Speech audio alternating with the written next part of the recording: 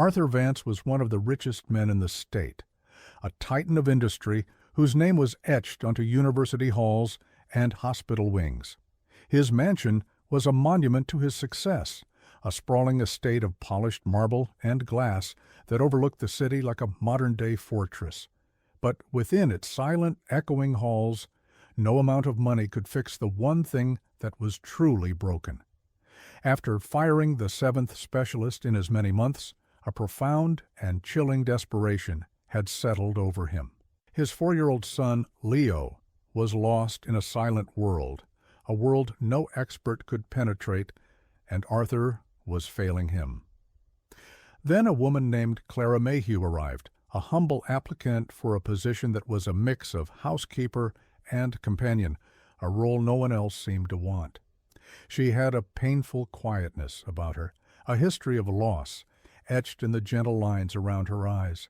She was the last person he would have chosen, yet she would be the one to witness an event in the sterile quiet of his home that broke him completely, shattering everything he thought he knew about his own son. Before we continue with this story, don't forget to subscribe to the channel and like the video. Oh, and don't forget to comment below where you're watching us from. We love to know that. The Vance mansion was less a home and more a museum of a life that had once been lived. Every surface gleamed under the recessed lighting. Every piece of art was perfectly placed, and every hallway was imbued with a silence so profound it felt like a physical weight. It was the silence of grief, preserved and polished. For 2 years, since the accident that had taken his wife Amelia, Arthur had managed his empire and his sorrow with the same ruthless efficiency. He built walls, both literal and emotional, and the highest of them all was built around his son. Leo was the epicenter of the silence. At 4 years old, he hadn't spoken a word since his mother's death. He didn't laugh. He didn't cry. He rarely even made a sound. He simply existed, a beautiful, fragile ghost in his own home. The diagnosis from the world-renowned Dr. Alistair Finch was severe regressive autism triggered by trauma. The prognosis was grim: a lifetime of specialized care, institutionalization, a likely outcome. Arthur had thrown money at the problem, therapists, neurologists, behavioral specialists, but each had left defeated, whispering about the boy being unreachable. Clara Mayhew was not a specialist. Her application was thin, listing housekeeping jobs and a reference from a small local church. She was in her late 30s with kind, weary eyes and hands that looked like they knew hard work. During the interview conducted by Arthur's severe and impeccably dressed assistant, Ms. Albright, Clara hadn't offered platitudes or promised miracles. She had simply listened, her gaze steady and empathetic. Arthur, watching from the security feed in his study, had been on the verge of dismissing her. She was underqualified, ordinary. But something in her quiet dignity, a stillness that seemed to absorb the mansion's oppressive silence rather than be crushed by it, made him hesitate. He'd given the nod. He was tired of experts. Perhaps ordinary was what they needed. On her first day, Clara was given a tour by Ms. Albright, who spoke in hushed, reverent tones, as if walking through a cathedral. "Mr. Vance requires absolute order. Your duties are primarily housekeeping. As for the child, Leo, you are not to engage with him directly. The nursing staff handles his needs. You are to be invisible." Clara simply nodded, her eyes taking in the cold perfection of the space. It was a house screaming with unspoken pain. She recognized it instantly. It was a language she knew all too well. Later, while she was meticulously polishing a long glass table in the grand foyer, she saw him for the first time. Leo was sitting on the floor in the adjacent living room, a nurse hovering nearby scrolling on her phone. He was small for his age, with his father's dark hair and his mother's wide, deep-set eyes. But his eyes were vacant, staring at a spot on the wall. In his small hand he clutched a worn wooden horse, its paint chipped from years of being held. He was perfectly still, a living statue. Clara's heart ached with a familiar hollow pang. She remembered another small hand, another favorite toy. She pushed the memory down, focusing on the task at hand.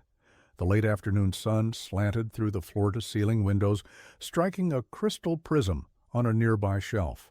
A brilliant, fleeting rainbow danced across the opposite wall, a slash of vibrant color in the monochromatic room. It moved as the sun shifted, a silent, shimmering spectacle. Clara watched it, and then her gaze flickered back to the boy. For a fraction of a second, just a heartbeat, Leo's head tilted. His eyes, which had been fixed on nothing, darted to the moving patch of light, following it for an inch before returning to their vacant stare. The nurse didn't notice. Ms. Albright would have called it a meaningless tick. The 7 specialists would have dismissed it as an involuntary reflex. But Clara saw it. She saw the flicker of connection, the briefest spark of awareness in the deep, silent void. It was almost nothing. But to Clara, who knew the subtle language of the lost, it was not nothing. It was a signal. It was the first tiny clue that the story everyone believed about Leo Vance was wrong. And in that moment, a quiet, fierce resolve settled in her soul. She would not be invisible.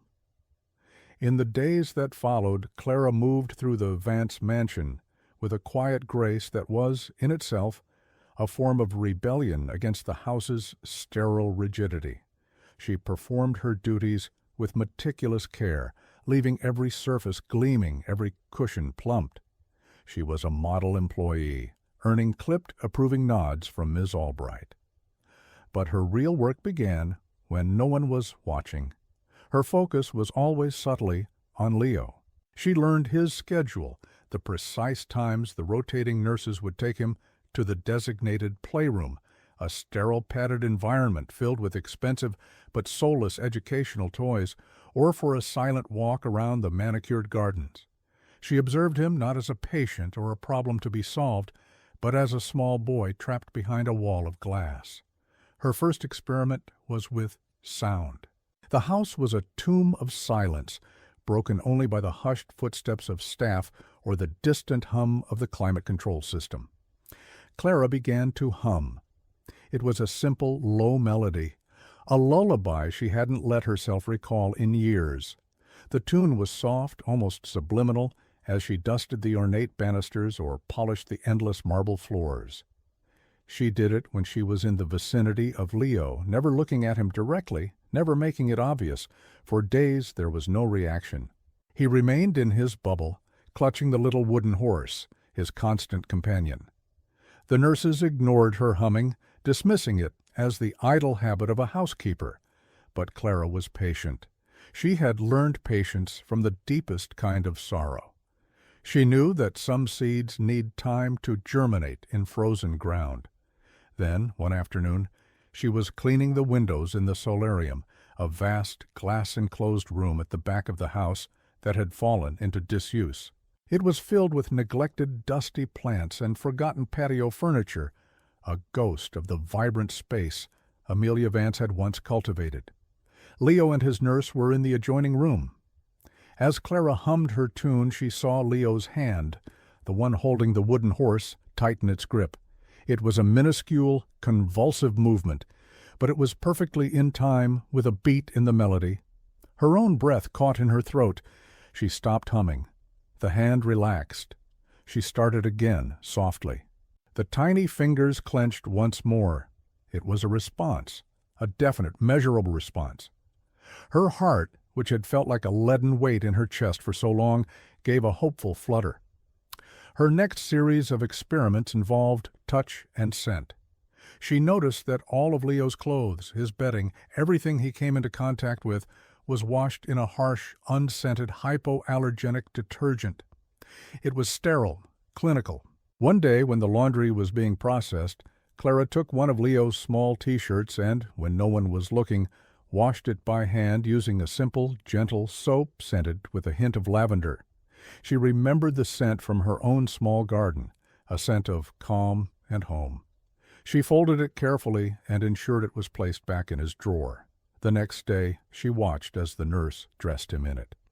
For the first hour there was no change, but then, as he sat in his usual spot on the floor, Clara saw him lift the collar of the shirt towards his face.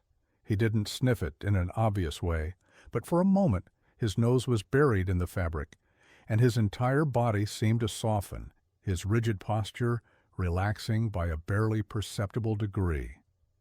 Arthur Vance saw none of this. He saw only the reports from the nursing staff, which read the same every day. Subject remains non-responsive, no change in condition. He spent his days in his downtown office, a tower of steel and glass, commanding his empire, but his focus was fractured. Thoughts of Leo were a constant dull ache behind his eyes. He would stare at the live security feed of his own home on a secondary monitor, watching his son sit motionless, and the despair would threaten to swallow him whole. He felt a growing, gnawing guilt. He had given his son everything money could buy, except the one thing he truly needed: a father. But Arthur didn't know how to be a father to a ghost. The silence in his house was a mirror of the silence in his heart. Clara, meanwhile, was turning the forgotten solarium into her sanctuary. In her spare time she began to clean it, not as a duty, but with a sense of purpose. She wiped the dust from the leaves of the languishing plants, watered their dry soil, and pruned their dead branches. She washed the large glass panes until they sparkled, letting the full force of the sunlight stream in. She arranged the old furniture into a cozy corner, creating a pocket of warmth and life in the cold, cavernous house. She started bringing Leo there, telling the nurse that the air was better for him. The nurse, happy for a change of scenery, would agree, and then promptly lose herself in her phone while Leo sat in his customary stillness. It was in the solarium that Clara grew bolder. She bought a small, soft rug and placed it in the sunniest spot. One afternoon she sat on the rug, a few feet away from Leo. She didn't speak to him or try to make him look at her. Instead, she took out a small block of smooth, cool clay. She began to work it in her hands, molding and shaping it, her movements slow and deliberate. She hummed her lullaby as she worked. Leo, as usual, stared into space, but Clara noticed his gaze was no longer fixed on a distant wall. It was angled downwards in the general direction of her hands. He wasn't looking at her, not directly, but his peripheral vision was engaged. She continued for half an hour, the lump of clay slowly taking the shape of a small horse, much like the one he clutched in his hand. When she was done, she didn't offer it to him. She simply placed it on the rug between them and left it there. For the rest of the afternoon, he didn't move. But when the nurse finally came to take him for his dinner, and Clara came back to clean up, she saw it. A tiny, almost invisible fingerprint pressed into the side of the clay horse's neck. He had touched it. In his silent, secret world, he had reached out. The third week of Clara's employment marked a subtle but profound shift in the mansion's oppressive atmosphere. The solarium, once a dusty relic of a happier time, was now a haven of quiet life. Clara had coaxed the neglected plants back to health, their green leaves unfurling towards the sunlight that now streamed through spotless panes of glass. It was here, in this pocket of warmth she had cultivated, that she spent every possible moment near Leo. She never pushed, never demanded a response. She simply created a space of gentle, persistent invitation. She would sit on the soft rug, sometimes reading a children's book aloud in a low, soothing voice, the words filling the air without expectation. Other times she would bring in a bowl of water and some smooth stones, letting the soft, clinking sound of the stones dropping into the water become a form of quiet communication. One rainy Tuesday afternoon, the rhythmic drumming of water against the glass roof of the solarium created a lulling, peaceful soundscape. Leo was sitting on his small chair, clutching his wooden horse, while his nurse, a young woman named Brenda, sat nearby, engrossed in a magazine. Clara was on the floor, a little ways off, with a large pad of paper and some charcoal sticks. She wasn't drawing anything in particular, just making broad, sweeping lines, enjoying the satisfying scratch of the charcoal against the textured paper. She was humming her lullaby, the melody weaving through the sound of the rain. Suddenly a sound cut through the quiet rhythm of the room. It was small, a guttural, breathy syllable. "Ha!" Clara froze, her hand hovering over the paper. Nurse Brenda looked up from her magazine, a flicker of annoyance on her face. "What was that?" she asked, not to anyone in particular. Leo was still, his expression unchanged. Brenda shrugged, assuming it was an involuntary noise, and went back to her reading. But Clara knew better. She waited a moment, her heart pounding against her ribs, and then she hummed the next phrase of the lullaby. Again the sound came, a little clearer this time. "Ha!"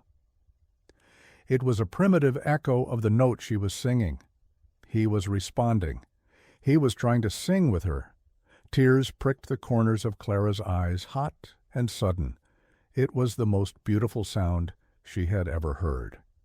It was the sound of a key turning in a lock that everyone had said was rusted shut.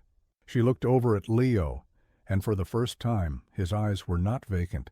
They were on her. They were wide and searching, and in their depths she saw him, the real Leo, a little boy, listening. She held his gaze for a long moment, a silent acknowledgment passing between them, a fragile, sacred trust. She gave him a small, slow smile, and then, deliberately, she looked back down at her paper and continued to draw, humming softly, as if nothing extraordinary had happened. She knew instinctively that to make a fuss would be to frighten him, to send him retreating back into his shell. This connection was a delicate seedling that needed to be nurtured in quiet, not exposed to the harsh light of shock and excitement. But inside, a joyous, defiant hope was blooming. The experts were wrong. Dr. Finch was wrong. Leo wasn't unreachable. He was just waiting for someone to listen to the silence. That evening, the event replayed in her mind, a precious, secret treasure. The breakthrough fueled her resolve. She began to leave small, discoverable objects for Leo in the solarium. A particularly soft feather, a smooth, cool stone, a brightly colored autumn leaf. She never handed them to him, just placed them where he might notice them. Slowly, tentatively, the objects would disappear. She knew he was taking them, collecting these small sensory gifts. Their nonverbal communication was growing, a secret language of melody, texture, and shared space. Arthur, meanwhile, was growing more and more withdrawn.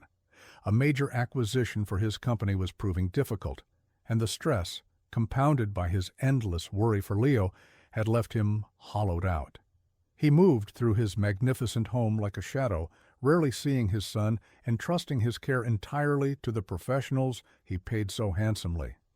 He received the nurse's daily reports, which Miss Albright compiled into a neat, emotionless summary for him. No change. The words were a daily confirmation of his failure.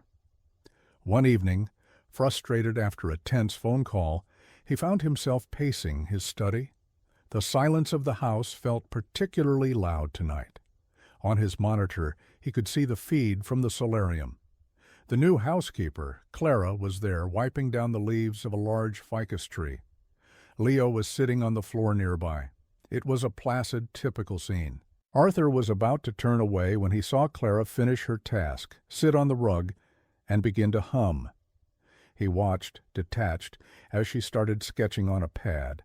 Then he saw Leo, his son, turn his head slightly toward the woman. It was a small movement, but it was deliberate. And then Arthur leaned closer to the screen, his breath catching. He saw his son's mouth open, and though he couldn't hear it through the silent feed, he saw the puff of his breath, the subtle movement of his throat. He saw it happen again. His son was making sounds. He was interacting. Arthur's mind reeled. Why wasn't this in the reports? For 2 years, there had been nothing, absolutely nothing. Now this housekeeper, this woman he'd hired out of sheer desperation, was eliciting a reaction that a legion of experts could not. A storm of conflicting emotions brewed inside him: confusion, a wild, unbelievable flicker of hope, and a sudden, sharp spike of suspicion and anger. Who was this woman, and what exactly was she doing with his son? The image on the security monitor burned in Arthur's mind for the rest of the night. He saw it when he closed his eyes. His silent, unreachable son, making a sound for a woman he barely knew. The next day he left his office 2 hours earlier than usual, a knot of anxiety and suspicion tightening in his gut. He didn't use the grand main entrance, but let himself in through a private side door that led to the west wing, moving through his own home like an intruder. The mansion was as quiet as ever. He made his way silently towards the solarium, his expensive leather shoes making no sound on the thick runners that lined the hallways. As he drew closer, he heard it, a soft, low humming, and something else. A small, breathy, accompanying sound like a tiny, hesitant echo. He stopped just outside the glass doors, concealed by a large potted palm. His heart was hammering against his ribs. Inside, the scene was bathed in the soft golden light of the late afternoon. Clara was sitting on the floor, her back to him, sketching on her large pad. Leo was a few feet away from her, on his knees, and in his hand was not his customary wooden horse, but a stick of charcoal. His small fingers were wrapped awkwardly around it, and he was dragging it across a piece of paper in front of him, making a series of jagged black lines. As Clara hummed a note, Leo would look up at her and make his ha sound, a clumsy but clear attempt to match her pitch. He was communicating. He was engaged. He was playing. For a moment Arthur was frozen, a tidal wave of emotions washing over him. There was the undeniable soaring hope, a feeling so foreign he had almost forgotten its existence. But hot on its heels came a surge of raw, possessive fury. This was his son who had been a stranger to him for 2 years, and this woman, this housekeeper, had unlocked a door he hadn't even known existed, and she had done it behind his back. The carefully constructed walls he had built around his heart crumbled, and what rushed into the void was not gratitude, but a fierce, protective anger. He felt betrayed. He pushed the door open, the sudden movement causing it to swing inward with a soft whoosh. Clara startled, spinning around, her eyes wide. Leo flinched at the sudden intrusion, dropping the charcoal and immediately retreating into himself, his face becoming a blank mask. He snatched up his wooden horse from the floor beside him and clutched it to his chest, his small body rigid. The light in his eyes vanished as if a switch had been flipped. "What is going on here?" Arthur's voice was low and dangerous, each word clipped and cold. Clara got to her feet slowly, her expression a mixture of shock and concern for Leo. "Mr. Vance, I know what you were doing," he cut her off, stepping into the room. His eyes were fixed on Leo, who now looked exactly as he always did, vacant, lost, and unresponsive. The brief, miraculous connection was gone. "You were given explicit instructions. You are not a therapist. You are not a doctor. You are to be invisible. You are not to engage with my son." "Please, Mr. Vance, you don't understand," Clara said, her voice pleading but firm. He was responding. He was making sounds. He was drawing. "Yeah." "What I understand," Arthur snarled, his gaze shifting to her, cold and accusatory, "is that you have been conducting unauthorized, undocumented experiments on my child. For all I know, you could be harming him, setting back what little progress the professionals might one day make." The accusation hung in the air, ugly and unfair. He was lashing out, his fear and guilt twisting into rage directed at the one person who had offered a glimmer of light. Harming him? Clara's voice was incredulous, a spark of indignation flashing in her eyes. "Look at him, Mr. Vance. He's not an object. He's a lonely little boy who everyone has given up on. He just needs someone to be patient." "And you're that someone? A housekeeper?" The words were meant to wound, to put her back in her place. But Clara stood her ground. "I am someone who was paying attention," she said quietly, her dignity a shield against his anger. "I saw him track a reflection on the wall. I heard him react to a song. He's in there. You just have to be willing to look." Arthur stared at her, then back at his son, who was now rocking back and forth almost imperceptibly, a self-soothing motion Arthur knew all too well. Doubt began to eat at the edges of his anger. Could she be right? Had he, in his grief and despair, simply stopped looking? Had he accepted the grim diagnosis because it was easier than holding on to a hope that felt too painful to bear? His fury began to subside, replaced by a profound and aching confusion. He started, his voice losing its harsh edge. He didn't know what to say. He wanted to believe her, but the fear of false hope was paralyzing. As if sensing the shift, Clara took a small, brave step. "Leo," she said softly, her voice gentle and calm. She began to hum the first few notes of the simple lullaby. Arthur watched, holding his breath. Leo's rocking slowed. His knuckles were white where he gripped the wooden horse. He didn't look up, but his body stilled, listening. "Ha!" he breathed out, the sound barely a whisper, his eyes still fixed on the floor. It was faint, but it was undeniable. Arthur heard it. He heard his son respond. He stared at Leo, truly stared at him. And for the first time, he saw past the diagnosis, past the trauma, and saw the flicker of the boy inside, the boy who had been there all along, waiting. The anger inside him dissolved completely, replaced by a wave of shame so powerful it almost brought him to his knees. He looked at Clara, his eyes filled with a turmoil of emotions. He had been so wrong. "What have you done?" he whispered, but this time it wasn't an accusation. It was a question filled with awe, desperation, and the fragile beginnings of trust. A tentative, terrifying alliance was being forged in the quiet, sunlit room, an alliance between a desperate father and a quiet observer, united by the small, hopeful sound from a boy lost in silence. The confrontation in the solarium left a fragile truce in its wake. Arthur's anger had evaporated, leaving behind a raw and unsettling mix of shame and desperate hope. He didn't apologize to Clara, the words were too foreign to him, but his actions spoke for him.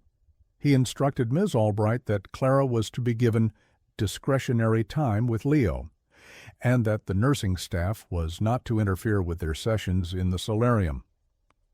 It was a seismic shift in the household protocol, and it sent ripples of confusion through the staff, but no one dared question his directive. The alliance was unspoken but clear. Arthur would provide the space and opportunity, and Clara would continue to try and reach his son. Arthur began to watch them, not just on the security monitors, but in person. He would stand in the doorway of the solarium for long stretches, a silent, anxious observer. He saw Clara's infinite patience, the way she never forced an interaction, but created a world of gentle invitations. He watched as she taught Leo to feel the different textures of leaves, to dip his fingers in water and watch the ripples, to mix colors with fat, stubby paintbrushes. He saw Leo, in turn, slowly begin to unfurl. The humming became more frequent, sometimes even initiated by Leo himself.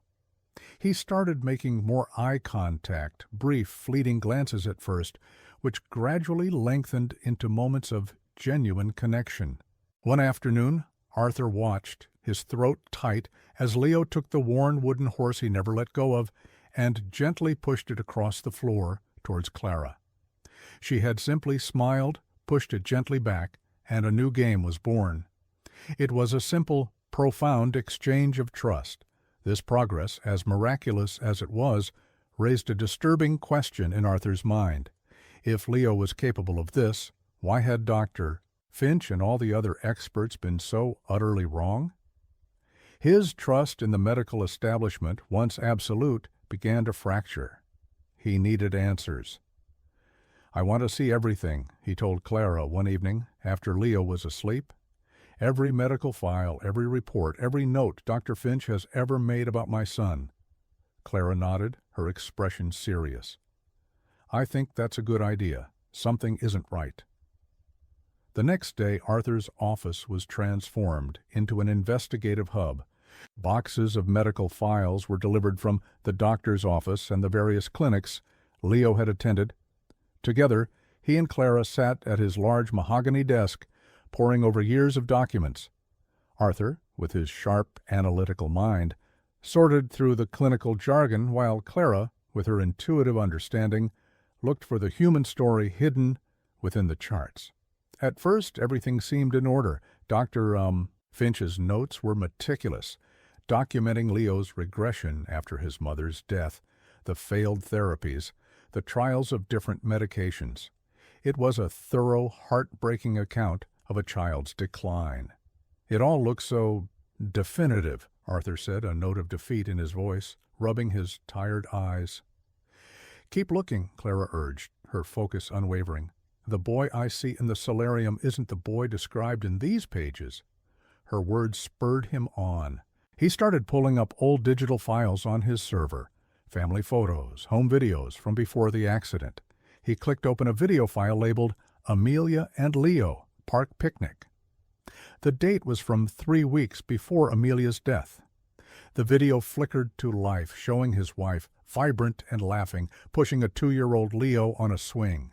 The boy on the screen was a different child entirely. He was babbling, shouting, "Higher, Mommy, higher!" His eyes were bright and full of mischief. He was a normal, happy, verbal toddler. Arthur felt a fresh wave of grief, so sharp it was like a physical blow. This was the son he had lost. "He was talking," Clara whispered, her voice filled with wonder, as she watched over his shoulder. "He was talking perfectly." Arthur nodded, unable to speak. He fast-forwarded through other videos from that time. All of them showed the same thing, a bright, engaged, and verbal little boy. Then he opened the medical files from immediately after the accident. Dr. Finch's notes described the trauma, Leo's withdrawal, and the onset of his silence. It was all plausible. But then Clara pointed to a specific page. "What's this?" she asked. It was a prescription record. A powerful sedative, clozapine, had been prescribed almost immediately. The dosage was high for a child his age. Dr. Finch said it was to manage the severe anxiety and self-harming behaviors he was exhibiting after the accident, Arthur explained, recalling the panicked conversations from that terrible time. "Self-harming?" Clara looked confused. "I've never seen him do anything like that, have you?" Arthur thought back. He had a vague memory of Dr. Finch mentioning head-banging, but he had never witnessed it himself. He'd been so lost in his own grief, he had entrusted everything to the doctor. He scrolled through the nursing logs from that period. There were a few mentions of agitation, but nothing that seemed to warrant such a heavy medication. He cross-referenced the dates. The prescription for the sedative had been increased steadily over the past 2 years, at every one of Dr. Finch's quarterly reviews. With every increase, the reports noted that Leo became more withdrawn, less responsive. Finch had framed it as a worsening of his underlying autistic condition, but looking at it now, with the knowledge of the vibrant boy in the videos, a horrifying new possibility began to take shape in Arthur's mind. What if the condition wasn't getting worse? What if the medication was the cause? What if his son's silence wasn't a symptom of his trauma, but a side effect of his treatment? The thought was so monstrous, so unthinkable, that his first instinct was to reject it. Dr. Finch had been his family's physician for over a decade. He was a trusted friend who had guided them through Amelia's difficult pregnancy. It made no sense, but the evidence was there, a trail of breadcrumbs leading to a conclusion he didn't want to reach. The final piece of the puzzle clicked into place when he found a folder he hadn't seen before. It was for the Amelia Vance Children's Health Foundation, a charitable trust he had established in his wife's name. Dr. Finch was the chief medical advisor and had discretionary control over a significant portion of the research grants. Arthur pulled up the Foundation's financial records. His blood ran cold. Millions of dollars had been funneled into a series of obscure research companies and consulting firms over the past 2 years. A quick search revealed that these companies were little more than shell corporations, and their ownership records traced back to offshore accounts. Accounts that were linked to one man, Dr. Alistair Finch. The truth hit Arthur with the force of a physical impact. Dr. Finch wasn't treating his son. He was using him. By keeping Leo sick, by labeling him with a severe lifelong condition, he guaranteed his own position as the indispensable caregiver. It gave him unchecked authority over Leo's treatment and, more importantly, unfettered access to the Foundation's millions. He hadn't just misdiagnosed Leo. He had deliberately, systematically, and maliciously poisoned him, burying a bright, healthy little boy under a fog of sedatives to line his own pockets. The man he had trusted with his son's life was a monster. The revelation left Arthur breathless, adrift in a sea of fury and self-loathing. He had been so blind, so consumed by his own grief, that he had allowed this to happen right under his roof. He had failed his son in the most fundamental way imaginable. He looked at Clara, his face pale, his eyes filled with a terrifying clarity. "He's been drugging him," he said, his voice a raw, broken whisper. "All this time, Finch has been poisoning my son." Clara reached out and placed a gentle hand on his arm, her own expression a mixture of horror and grim validation. She didn't say, "I told you so." She simply stood with him in the horrifying silence of the truth. The central, unthinkable secret of the Vance mansion was finally out. They knew who the enemy was. Now the war for Leo's future was about to begin. The weight of the discovery settled upon Arthur not as a burden, but as a clarifying fire. The grief and helplessness that had paralyzed him for 2 years were burned away, replaced by a cold, razor-sharp rage. His entire being now had a single overriding purpose: to save his son and destroy the man who had stolen his voice. His first instinct was to call the police, to have Finch arrested immediately. But Clara, with her steady calm, urged caution. "He'll deny it," she said, her voice low and serious. "He'll say the medication was necessary. He'll paint you as a grieving, unstable father and me as a meddling housekeeper. He controls the narrative, the medical records. We need more than just financial records. We need irrefutable proof of what those drugs are doing to Leo." She was right. A public accusation without concrete medical evidence would be a disaster. Finch would bury them in litigation and professional obfuscation. They had to be smarter. The plan they devised was dangerous, requiring a level of deception that made Arthur profoundly uncomfortable. But it was necessary. They would wean Leo off the medication in secret. Arthur contacted a discreet, trusted pediatrician from another state, Dr. Ramirez, flying her in under the guise of a consulting visit for the Foundation. After a clandestine examination of Leo and a review of the files Arthur provided, she confirmed their worst fears. "The dosage of clozapine is shockingly high for a child this size, with these reported symptoms," she stated, her face grim. "It's a powerful antipsychotic. Long-term use, especially at these levels, would absolutely induce the exact symptoms you've described: lethargy, non-responsiveness, cognitive fog. He's not autistic, Mr. Vance. He's been chemically suppressed." Dr. Ramirez gave them a careful tapering schedule. The first step was to get control of the medication. The nurses administered Leo's vitamins every morning and evening. Clara watched them closely and noted that the clozapine was a liquid mixed into his morning orange juice. The next day, Clara, with a trembling hand, began the subterfuge. She intercepted the juice, replacing the drugged liquid with a plain one.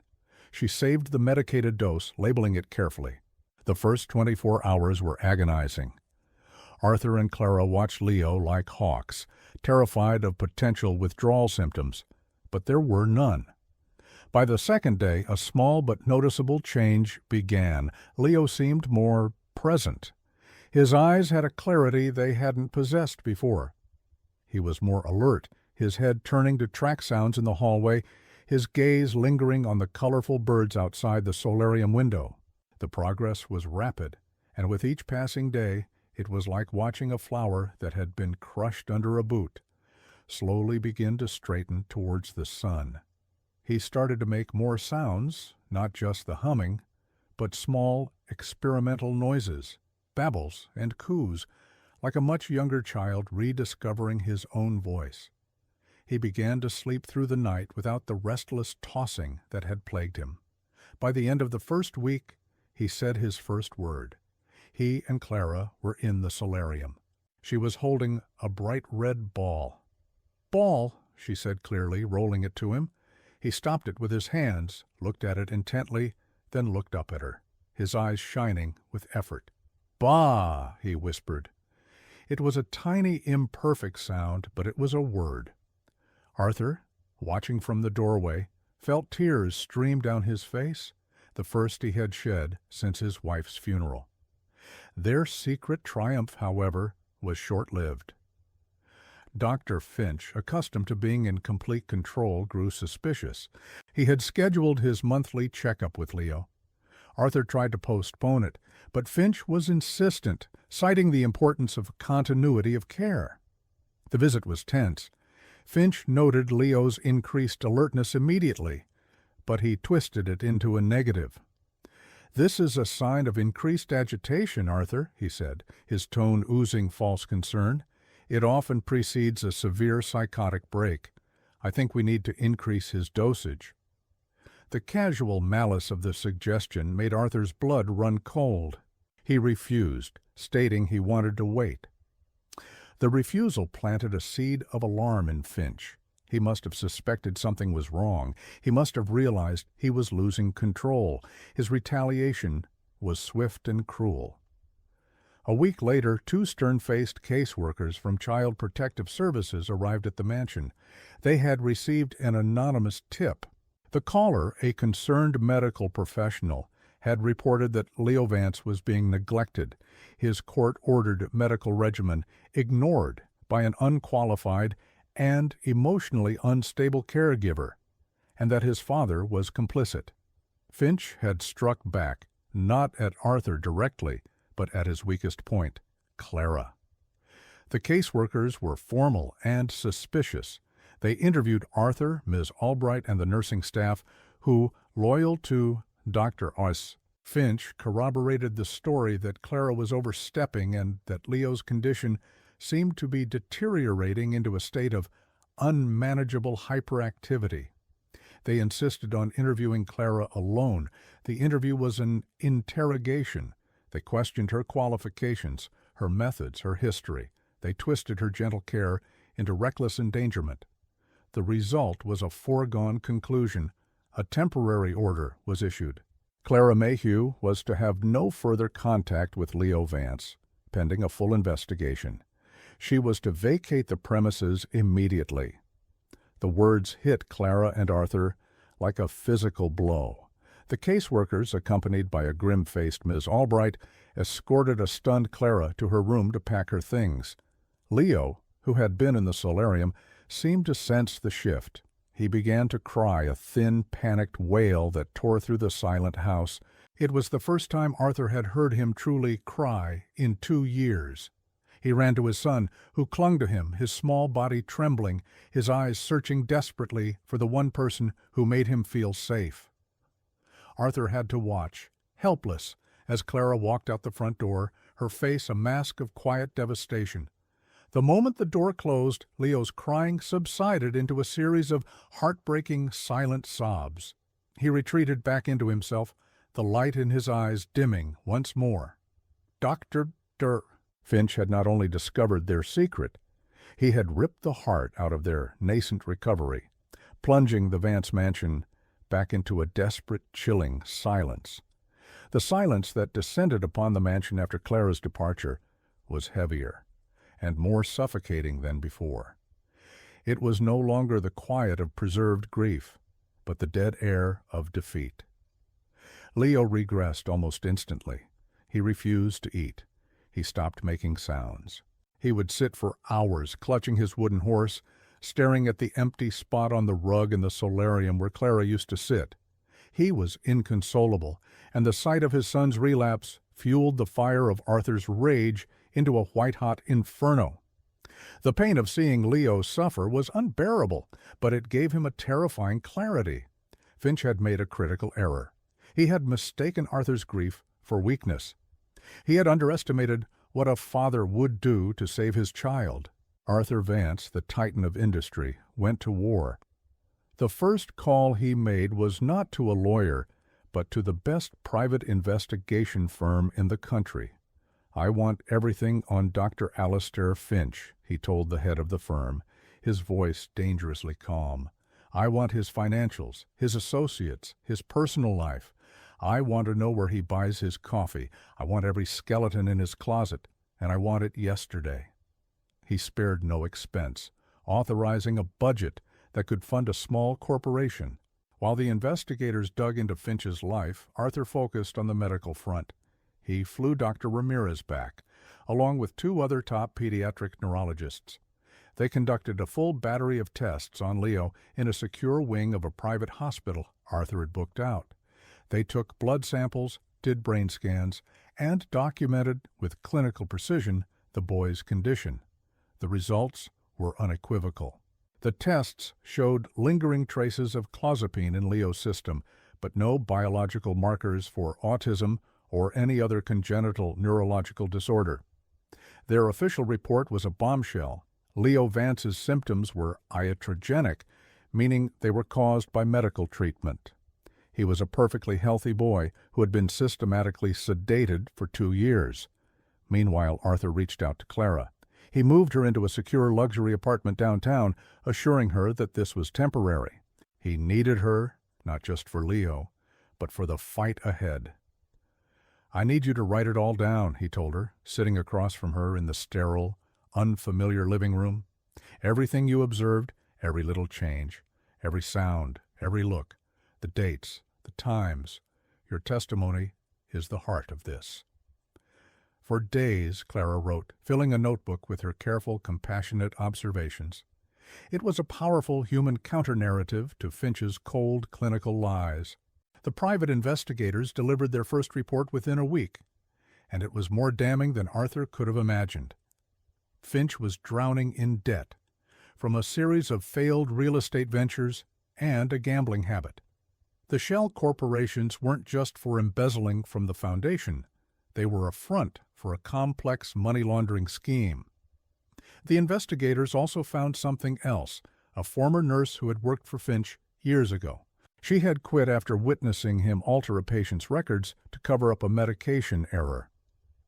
She had been too scared to come forward then, but with the promise of Arthur's legal protection and a substantial financial incentive, she was now willing to testify. They had a witness to his character. Arthur's legal team, the most formidable in the state, began to assemble the case. They had the new medical reports, the financial evidence of fraud, a credible witness, and Clara's detailed journals. The final piece they needed was Finch's own arrogance. They decided to set a trap. Arthur, feigning defeat and desperation, called Dr. Finch. "You were right," Arthur said, his voice thick with fake despair.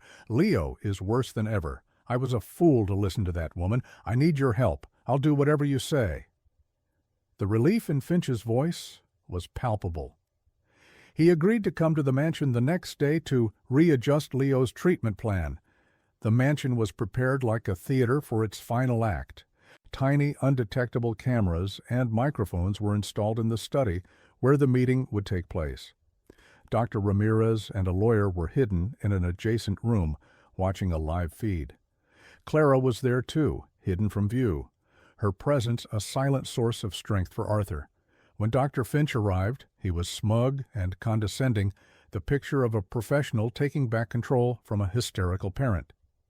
He walked into the study carrying his medical bag. "Arthur, I'm glad you've come to your senses," he began, settling into a leather chair. We'll get Leo back on his proper regimen, and this unfortunate episode will be behind us." "Before we discuss Leo," Arthur said, his voice steady, "I want to talk about the foundation. I've been reviewing the finances." He gestured to a stack of papers on his desk. Finch's composure faltered for just a second. "The finances are all in order," he said, a little too quickly. "Are they?" Arthur slid a document across the desk. It was a detailed flowchart created by his investigators, tracing the money from the foundation's accounts to Finch's offshore holdings. "Because it looks to me like you've been stealing millions of dollars from a charity meant to honor my dead wife." Finch's face went pale. He stood up abruptly. "This is libelous. I won't sit here and be insulted." "You'll sit," Arthur commanded, his voice dropping to an icy whisper.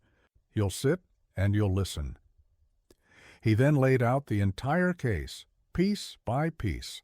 The medical reports proving Leo was healthy, the blood tests, the testimony of the former nurse. With each new piece of evidence, the color drained from Finch's face. He began to sweat, his eyes darting toward the door like a cornered animal. "This is all circumstantial," he stammered, his arrogance crumbling into pathetic denial. "You can't prove anything." "Oh, I think I can," Arthur said, leaning forward. "You see, Alistair, you're not just a thief. You poisoned my son. For 2 years you kept him in a chemical prison, all for money. You told me he was unreachable. You told me he was a lost cause. But you were wrong." He pressed a button on his intercom. "Clara, could you come in, please?" The door opened, and Clara walked in. At the sight of her, Finch recoiled as if he'd been struck. But it wasn't Clara he needed to see. Behind her, holding her hand, was Leo. He was no longer vacant. His eyes were bright and clear. He looked at the strange man in the chair, then up at his father, his expression curious and alert. Arthur knelt down. "Leo," he said softly, "can you tell me what this is?" He held up the small wooden horse. Leo looked at the toy, then back at his father. He smiled, a real brilliant smile. "Horsey," he said, his voice clear and sweet. The single word was the final irrefutable piece of evidence. It was the sound of a child's soul, liberated. It was the sound of Dr. Finch's ruin. The confrontation shattered Alistair Finch completely. Faced with the living, speaking proof of his malpractice and the mountain of evidence Arthur had compiled, his blustering denials collapsed into a sweaty, panicked confession. As he stammered out admissions of guilt, 2 uniformed police officers who had been waiting discreetly in the foyer stepped into the study. The click of handcuffs around Finch's wrists was the loudest, most satisfying sound Arthur had ever heard. The doctor was led away, a pathetic, ruined man, his career and his freedom evaporating before his eyes. The news of his arrest and the subsequent scandal was immediate and explosive. The story of the millionaire's son, miraculously cured after being held in a chemical prison by a celebrated doctor, was a media sensation. But Arthur shielded his family from the storm, retreating behind the gates of his estate, which no longer felt like a fortress, but a sanctuary. With Finch gone and his corrupting influence removed, the mansion began to transform. The first thing Arthur did was fire Ms. Albright and the entire nursing staff who had been complicit in their willful ignorance. He hired a new, warmer household staff, people chosen by Clara for their kindness rather than their rigid professionalism. The house itself began to change. The oppressive silence was replaced by the sounds of a home, the murmur of conversation, the sound of music playing softly, and, most importantly, the sound of Leo's returning voice.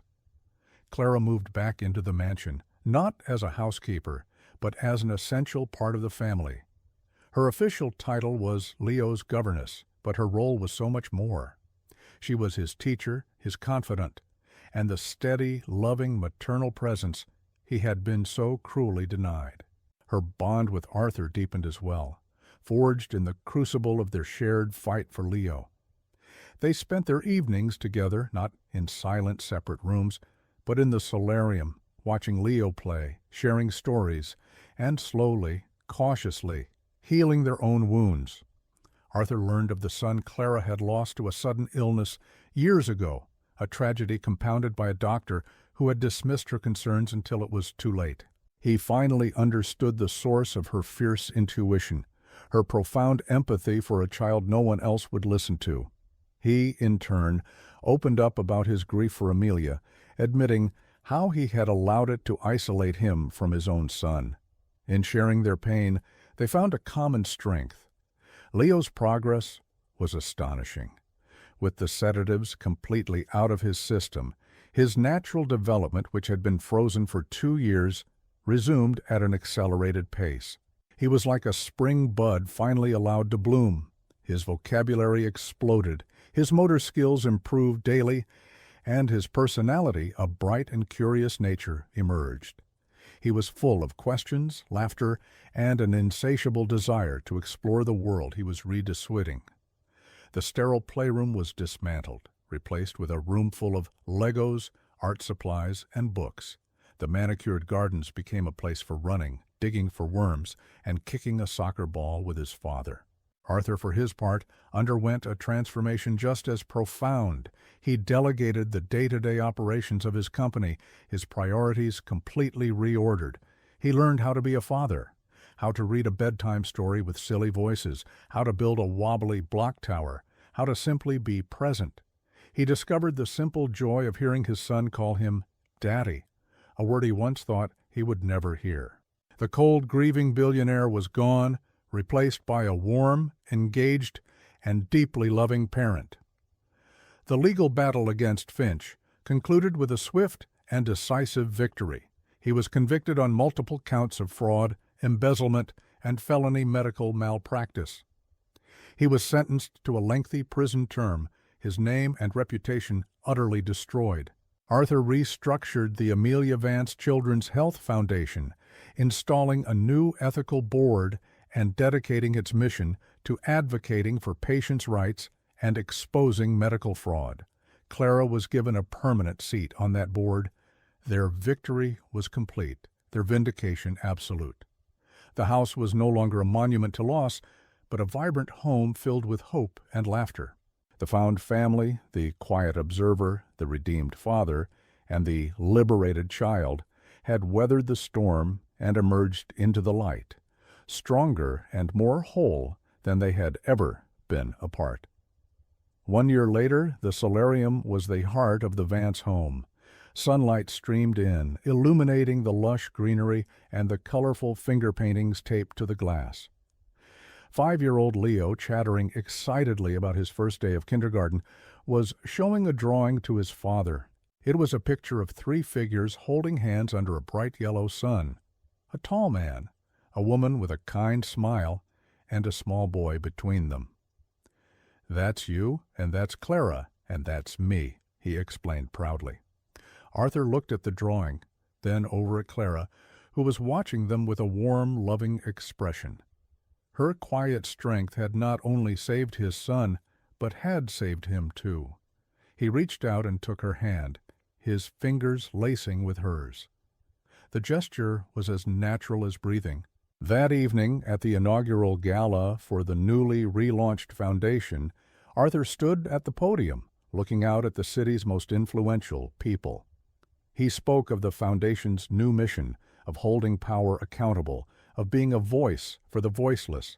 Then his gaze found Clara and Leo in the front row. "Success is not measured by what you build, but by what you protect," he said, his voice thick with emotion. "For 2 years, I was lost. I had everything, and I had nothing.